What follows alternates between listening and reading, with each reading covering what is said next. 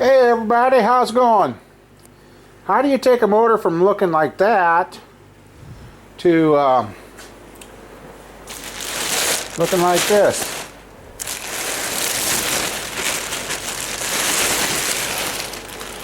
There you go. Nice, clean, ready to work on. Yep. Goofy phone. We got ourselves here a C99. It's a 1979 350 Chevrolet that's got the passenger side provision for the dipstick and the driver's side provision.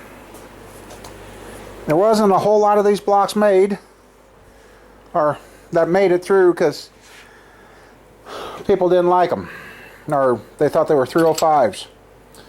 We've got our mains marked 3, 4, 3, 2, and obviously number 1. The rear main back here I had an issue with, and I'll talk about it right now.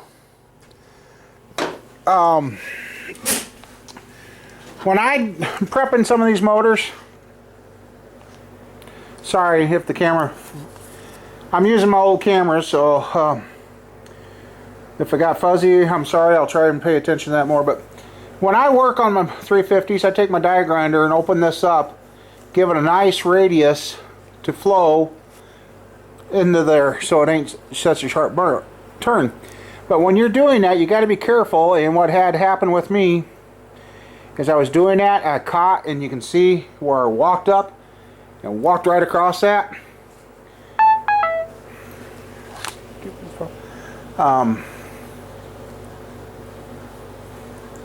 We're going to turn the volume off on this dang thing.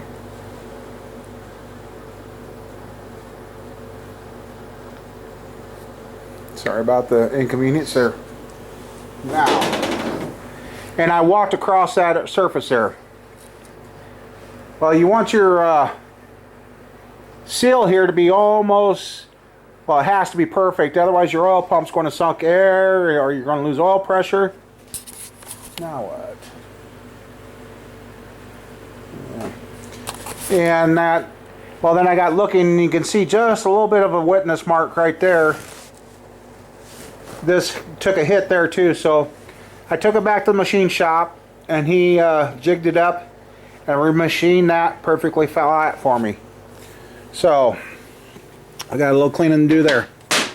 Here's our piston rods, and this motor here is going to be built with a little hotter cam, and that.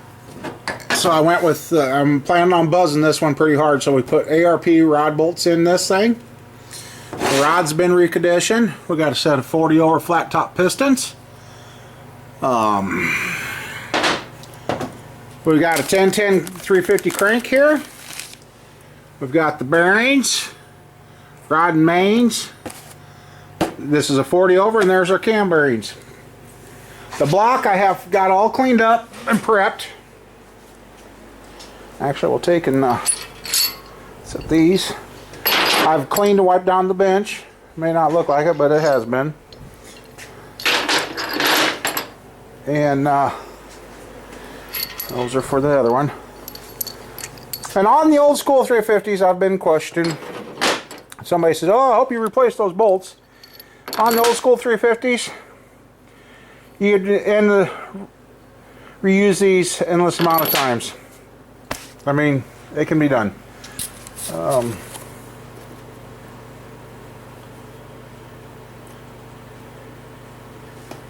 So, and what we're going to do now, I've cleaned, washed the block, cleaned it, and then got a fresh coat of paint on it.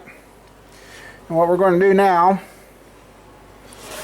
spin her over, and we're going to get ready to install cam bearings.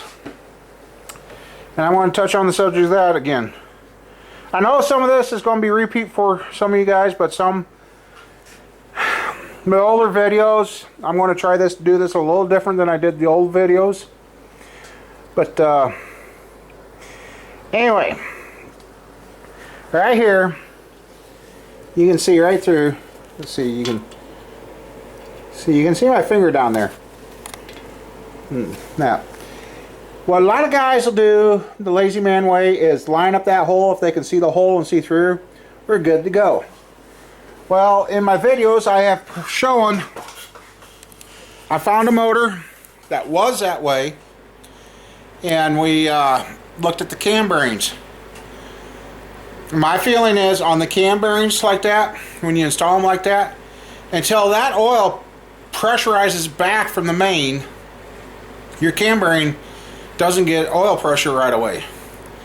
That's why the factory on these old blocks, and I'll show you here, when the block's upside down, you got what you call a 4 o'clock and a 7 o'clock position.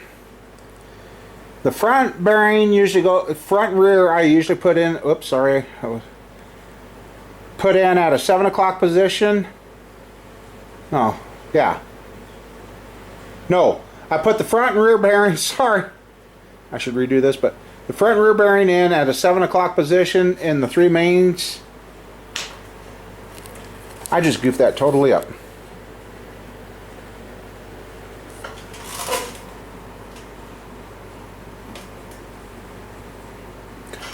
I am so sorry. This is where I need an assistant to run the camera. Yeah, the front and rear main bearings I put in at the 4 o'clock position. The 3 center ones I put in at the 7 o'clock position. Oh, as long as you got them off either way and not lined up with the hole, because that way when the oil goes in there, it's being forced down onto that camshaft, and that oil and then spreading around, because the cam bearings got the full groove on the old school 350. Now the 5.3 there, they don't do that no more. So I'm going to get that set up, and we're going to get ready to put the cam bearings in this. I've got the camshaft I'm going to fit in here and make sure it fits after I'm done. And then we're going to get wipe these clean again, make sure everything's good and clean. And then when I got the crank I got to wash down, and we got to wash the pistons of that. We're going to try and see if we can get this in the short block form, and I'm going to try and break this into segments where I show different steps. And this block has been set up to kind of go like a racing motor, because I've got it tapped and drilled, tapped for plugs and standpipes and a bunch of other stuff. And like here, the galley plugs, these have been threaded now to put in the screw in plugs instead of the little tin ones. The front one, and what somebody else has had trouble with in the back, and these here, they've talked about screwing them all the way in and wonder why they didn't get any oil pressure. Well, you can't sink those plugs that far.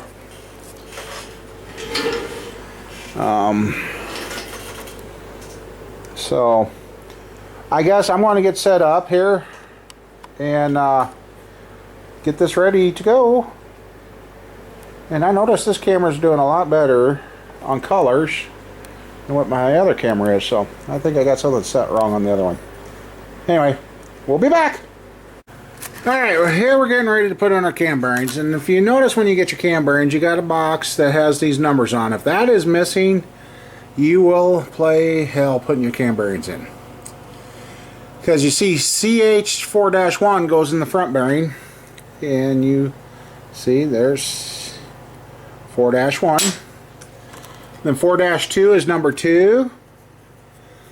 4-2, where is it? There you go. 4-2 is number 2. The number 5 bearing. 4-2. Then 3 and 4 on this particular set is 4-3 and 4-3. So I've got these laid out in the order I'm going to put them in that block. So, and I got the cam bearing driver set up, and okay. Oh, I got to grab one other thing I forgot. I've got a nice heavy camera that I use. It's not where it's supposed to be. Yeah. Where is that?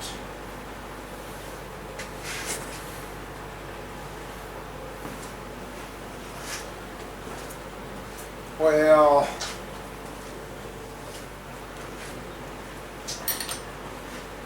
here it is. Okay. So here we are with the toolless assembled, and we got our number 5 cam bearing.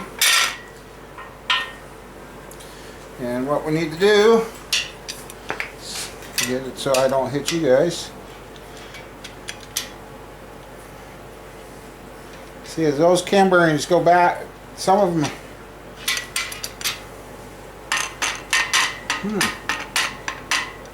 something's just not right with my cam bearing driver.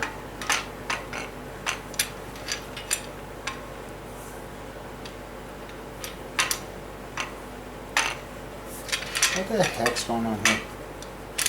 I've never had trouble like that before. God, I'm sure I got the right one. I won't stretch too far.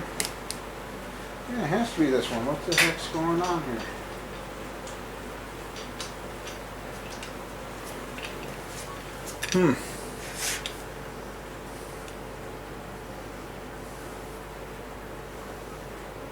This is strange. I've never had an issue like that before.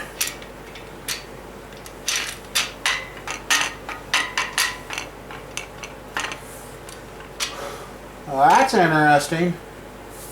I've never had an issue with this cam bearing driver until now. Alright, I'll be back. Sometimes everything don't go smooth as you plan. Anyway, hopefully. I never had that kind of problem with my cam bearing driver ever. Wow. We're still having trouble. There it goes.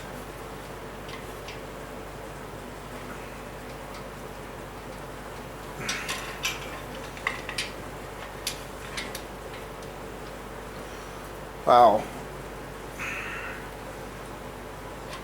Okay, there it went. About time. Okay. There would be 3. There's the 4 o'clock.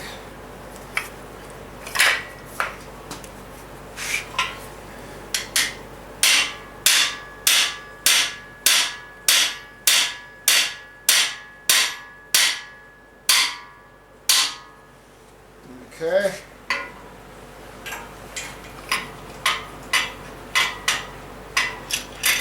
Really?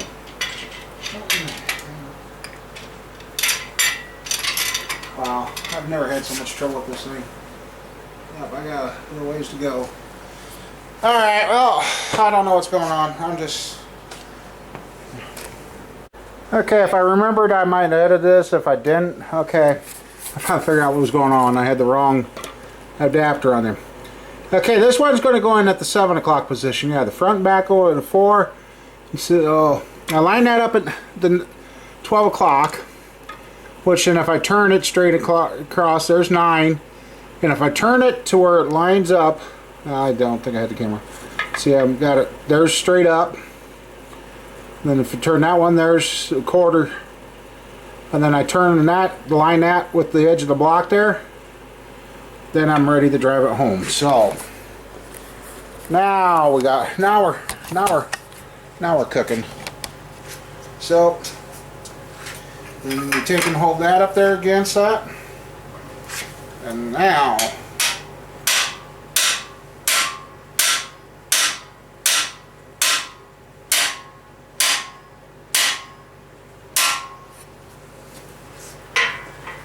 I was like, I've used this thing flawless until today.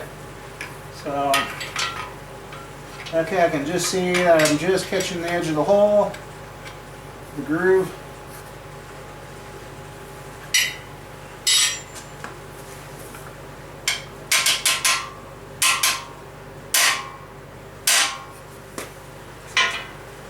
I mean, if you can see, it's easy to see when you're in the right spot.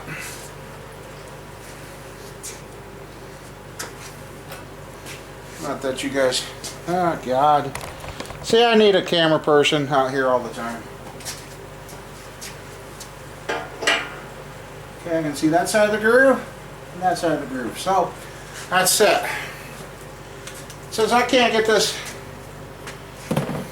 all in the video for you, I'm just going to go ahead and finish out the rest of these and get them done.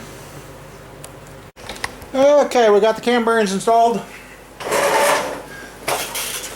And I had to drill my, I had to drill my hole so I could hold the block so I could drive it in. Anyway, we are just now opening the box of bearings. Okay, there's the ones with the grooves. The other one should be top. And do not use pocket knives or anything to open these. You don't want to risk ruining your stuff, so. What's the note say?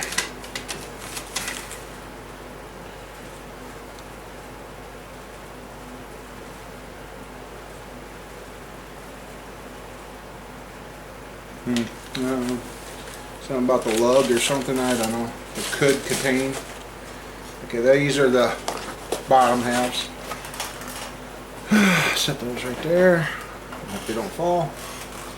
But, oh yeah. And, yep, right back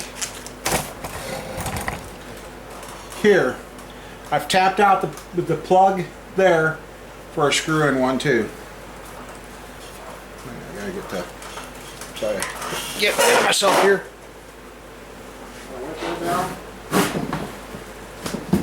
Even though it's a clean block, I mean, your environment says a lot. The block's been cleaned umpteen times now. But look at it, I'm still getting. So you just want to make sure clean is always good. And then I got to find the rear seal too. If I forget it too. Okay. Anyway. This plastic should be where you can. Really? Oh. Now there it comes. Okay. Then when you put them in, you got an alignment tang there and that. And since these are fresh coming out of the package, I'm not worried about them. Make sure they are 10 unders. Yep, they are 10 upper. After I do this, and I gotta get the crank out of the bag and go over the solvent tank and wash her out.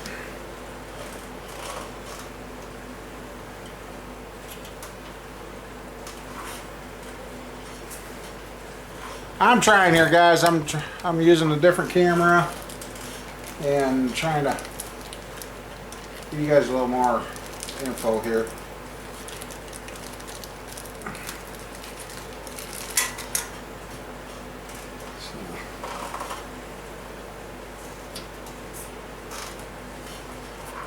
Not necessarily really gonna have a home for this motor, but I have a maybe possible a home for it. So I guess the sooner I get it done, the sooner I can get it sold.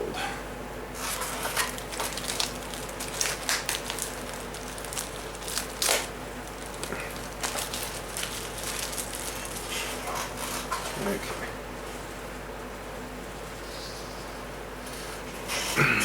What is on this?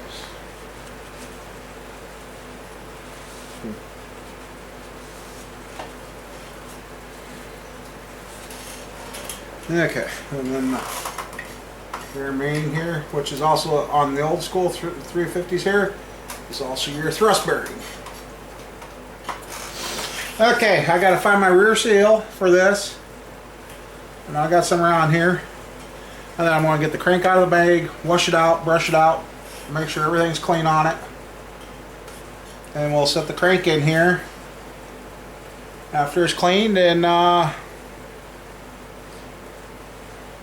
get that ready. I got more plastic gauge, so we'll be checking clearances again. Yeah, alright. Okay, I'm going to cheat. I brushed out the oil passages, and then when I was cleaning, I noticed there's still crud on here that I wasn't happy with, so we're just going to heat up the hot tank because I got a couple other things to wash, and that way we know that's going to be good and clean. In the meantime, I'll go ahead and wash these pistons and that off because, you know, unless you got a surgical room, you get dust. And that's why I bag everything and keep it all covered up, trying to keep it clean. But I know there's dust and dirt on that stuff, so I'm just going to go ahead and wash them up and do that while I'm waiting for the hot tank to get hot. So I can wash up the crank in that. Well, I kind of like this. Gives me an area to do that. I washed it in the mineral spirits, wasn't happy with what I got. So I put it in here and look at that thing now. And what I did, too, while it's still in here, I sprayed it down with WD-40 and then took the blowgun and blew the WD-40. So I got a place to spray it. Did that with the camshaft that I'm planning on using in here. Not real thrilled. I couldn't find my real good seals. I know I got them out here, but do you think I can find them? But I'll just set it in there for now. But we're going to get ready and bring, you guys know what I do here. And it doesn't hurt when you check your clearances.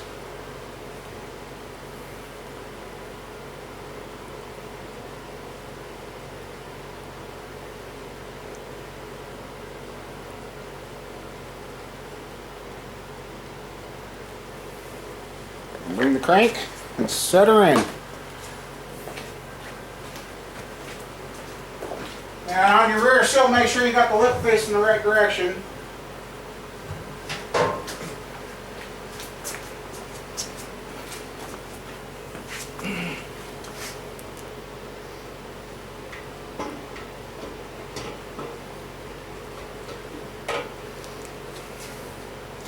There you go, just like that. And that's not the correct flywheel. I gotta get that off there, but yeah. This crank here is a 19 C12 of 74. So, alright, I'll get the main caps on there so I don't roll it over and forget about it, and then get that flywheel off there. Well, actually, I can leave that on there to help me turn this thing. Well, I might take it off. I do have the correct crank socket, so yep, we'll get the main caps run on, then back it off, check the oil clearances. So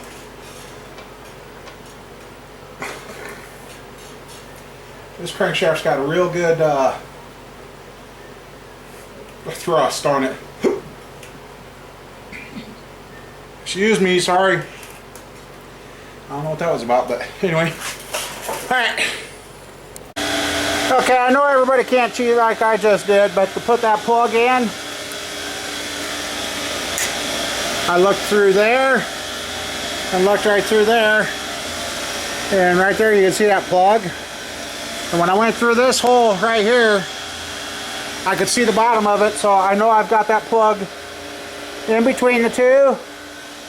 If you don't put that plug in there, you won't have oil pressure. And I Loctited it in. So, alright, getting ready to put the main caps on. So, yeah, I got the hot tank running in the background there, sorry.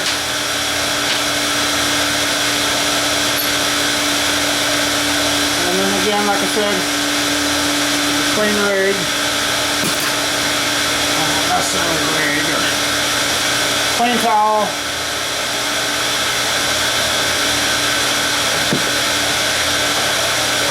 That's kind of nice having that there in the background. Okay. Put that down. And there's arrows on there that point to the front, and on the old school stuff, tang goes to tang.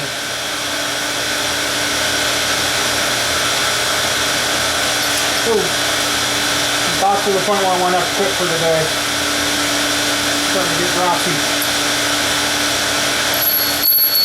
And there it goes. But now I have this.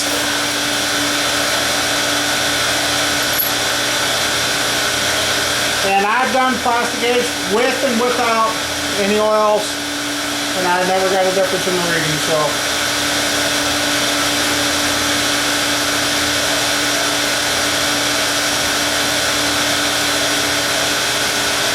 But this crank, I'm going to have to check it all the way. Yep, I did it. Over there. I'm just going to put a roll. Under the head of the bolt. Just so I know the threads and the bolts.